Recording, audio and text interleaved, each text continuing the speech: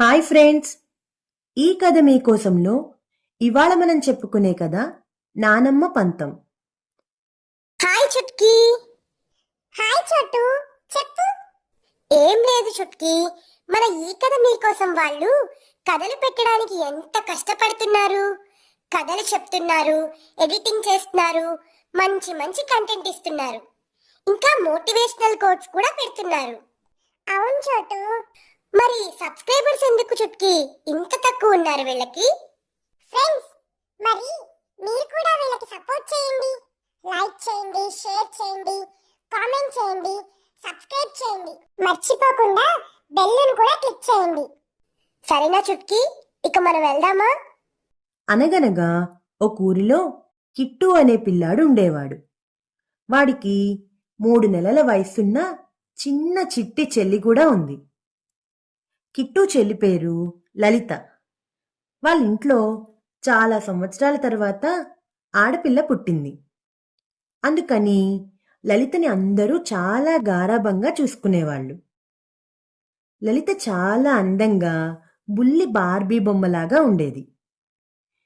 కిట్టూకి school నుండి రావడమే తడవు.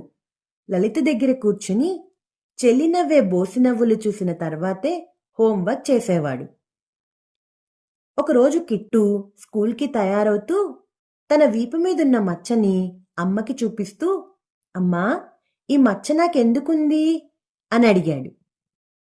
అది పుట్టుమచ్చలే కిట్టు, లేట్ చేయకు, త్వరగా తయారవు స్కూల్కి అని అమ్మ అంది. నానమ్మ కిట్టు లంచ్ బ్యాగ్ తీసుకునొస్తూ, రే కిట్టు, అది పుట్టుమచ్చ కాదురా, నువ్వు చంటి పిల్లాడిగా ఉన్నప్పుడు నీ వీపు మీద వేడి వేడి బొబ్బట్టు వేశాను, అప్పుడు పడిన మచ్చరా అది అని నవ్వుతూ చెప్పింది. అది విన్న కిట్టు, ఎందుకట్లా చేశారు నానమ్మా అని బిక్కమొహం పెట్టుకుని అడిగాడు. బోర్లా పడితే వీపు మీద బొబ్బట్లు వేస్తారు. మీ చెల్లి బోర్లా పడితే దానికి కూడా బొబ్బట్లు వేస్తాను, చూస్తూ ఉండు అని నవ్వింది. కిట్టు వాళ్ళమ్మకి అర్థమైపోయింది, నానమ్మ మనవడి చిలిపి కొట్లాట మొదలైందని. నానమ్మ సరదాగా అంటున్నారులేరా, పద స్కూల్కి టైం అయింది అని కిట్టుని రెడీ చేసి స్కూల్కి పంపించారు. స్కూల్ నుండి వచ్చి రాగానే కిట్టు తాతయ్య దగ్గరికెళ్ళి, తాతయ్య, నానమ్మ చెల్లి బోర్లా పడితే వేడి బొబ్బట్టు వేసి కొడుతుందిట, అట్లా చెయ్యొద్దని నానమ్మకి నువ్వన్నా చెప్పు ప్లీజ్ అని అమాయకంగా అడిగాడు. తాతయ్యకి విషయం అర్థమయ్యింది. నానమ్మ మనవడికి మధ్య సరదా యుద్ధం మొదలైందని. రేయ్ కిట్టు, మీ నానమ్మకు నేనేమీ చెప్పలేనురా, ఏమన్నా అంటే నాకు టిఫిన్ పెట్టదు. ఇప్పుడే షుగర్ టాబ్లెట్ కూడా వేసుకున్నాను. టిఫిన్ తినకపోతే నీరసం వస్తుందిరా నాకు. మీ నానమ్మకు నేనేమీ చెప్పలేనురా బాబు అని తాతయ్య తన బొజ్జ ఊగేటట్లు నవ్వేశాడు. ఈ పని చేయడం తాతయ్య వల్ల కాదు అనుకుంటూ అమ్మ దగ్గరికి వెళ్ళాడు. అమ్మా, నువ్వన్నా చెప్పు నానమ్మకి చెల్లి వీపు మీద బొబ్బట్టు వేయొద్దని అమాయకంగా అడిగాడు. అమ్మ కూడా తాతయ్యలాగానే, నా వల్ల కాదురా నానమ్మకి చెప్పడం అనేసింది నవ్వుతూ. ఇక కిట్టూకి మిగిలిన ఆఖరి అస్త్రం నాన్న. నాన్న దగ్గరికి వెళ్ళి జరిగిందంతా చెప్పాడు. నాన్న నవ్వుతూ, సరే, చెల్లిని ఏమీ చెయ్యొద్దని నానమ్మతో చెప్తాను అన్నారు. కిట్టూకి కాస్త ధైర్యం వచ్చింది. ఇంతలో ఆ రోజు రానే వచ్చింది. లలిత బోర్లా పడింది.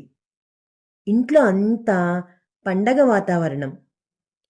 కొంతమంది చుట్టాలు వచ్చారు.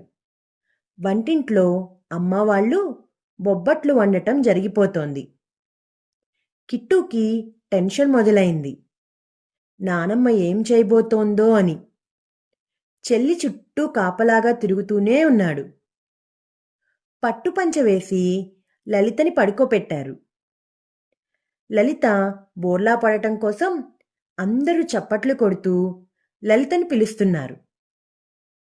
నానమ్మ చేతిలో ఏదో పెద్ద ఆయుధం పట్టుకున్నట్లు బొబ్బట్టును పట్టుకుని కిట్టు వైపు చూసి, ఏరా కిట్టు, మీ చెల్లిని బొబ్బట్టుతో కొట్టనా అని అడిగింది. ఈలోపు లలిత బోర్లా పడింది. అందరూ సంతోషంగా చప్పట్లు కొడుతూ బొబ్బట్లు వెయ్యండి అని అంటున్నారు.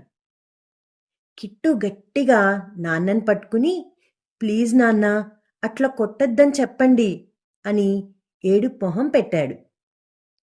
ఈలోపు నానమ్మ నవ్వుతూ, కిట్టు రా నాన్న, చూడు ఈ బొబ్బట్టు పట్టుకో, వేళ్ళేదిరా, చల్లగా ఉంది.